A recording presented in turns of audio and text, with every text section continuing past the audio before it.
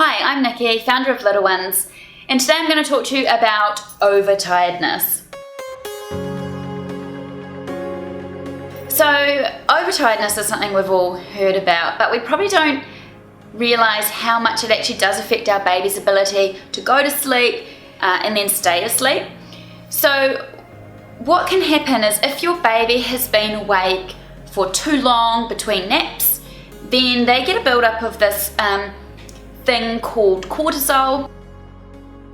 Cortisol is something inside your baby's body, and it's very similar to adrenaline, and that it triggers the fight or flight response in your baby. So it's actually almost like if we had a shot of coffee right before bedtime and then you can't switch off and go to sleep, even though you might be physically tired and your body might be feeling tired, your brain is suddenly really wired and you just can't switch off and you can't relax and you can't go to sleep. And that is what it is like for an overtired baby. So logic absolutely does not hold true when it comes to overtiredness, in that we think if our baby or our toddler is overtired, surely they should more easily be able to fall asleep and sleep better because they're so tired, but it doesn't work like that. Because of the chemicals zooming around your baby's body going fight or flight, overtiredness, adrenaline, cortisol, and your baby can't switch off and go to sleep. Now, they're going to react to that by crying. If they're a toddler, they might react to that by having tantrums, having meltdowns. Older toddlers, I know my 2.5-year-old will start having meltdowns about the tiniest little thing. They're going to resist stuff, they're going to be lying on the floor having a kicking, screaming tantrum, and it seems so illogical, and that is a classic example of overtiredness.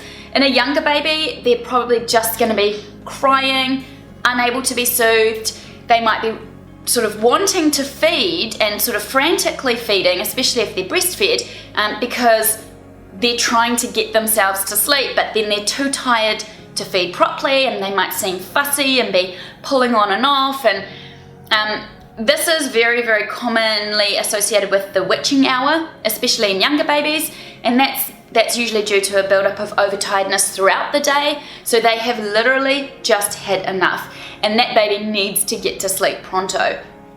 It is really hard to get an overtired baby to sleep though, and often we get quite frustrated about it, and we try lots of different things, and it actually ends up overstimulating the baby, and then they're getting frustrated, and it exacerbates the entire situation. So the best way forward is to try and avoid overtiredness if you can in the first place, and to do that you need to work towards really age appropriate awake windows. And by that I mean your 8-week-old baby shouldn't be awake for 3 hours between naps, because that's way too long, and they're going to get really overtired and be difficult to settle to sleep for that nap. So making sure their awake windows are really spot on for their age is the best way to try and avoid overtiredness. Also making sure they're getting enough naps during the day. So if your baby is a chronic cat napper and only napping in short chunks throughout the day, then they're not getting the chance to have a longer, more restorative sleep, to take those cortisol levels, to knock those cortisol levels right back down. So they're going to be reaching the end of the day with this build-up of overtiredness, and so they're going to be cranky and hard to settle to sleep. So getting the awake windows right and getting them napping for the right amount of time is really going to help overtiredness. If your baby is overtired, certainly for a younger baby, the best thing you can do is get them to sleep however you can.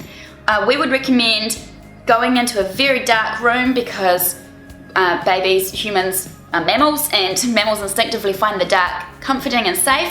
Take them into a dark room, crank up the white noise. If your baby is crying, we suggest having the white noise louder than your baby's cries, so they focus on it, and babies can only focus on one thing at a time when they're very young, so hearing white noise triggers the calming response in their brain and they will stop crying.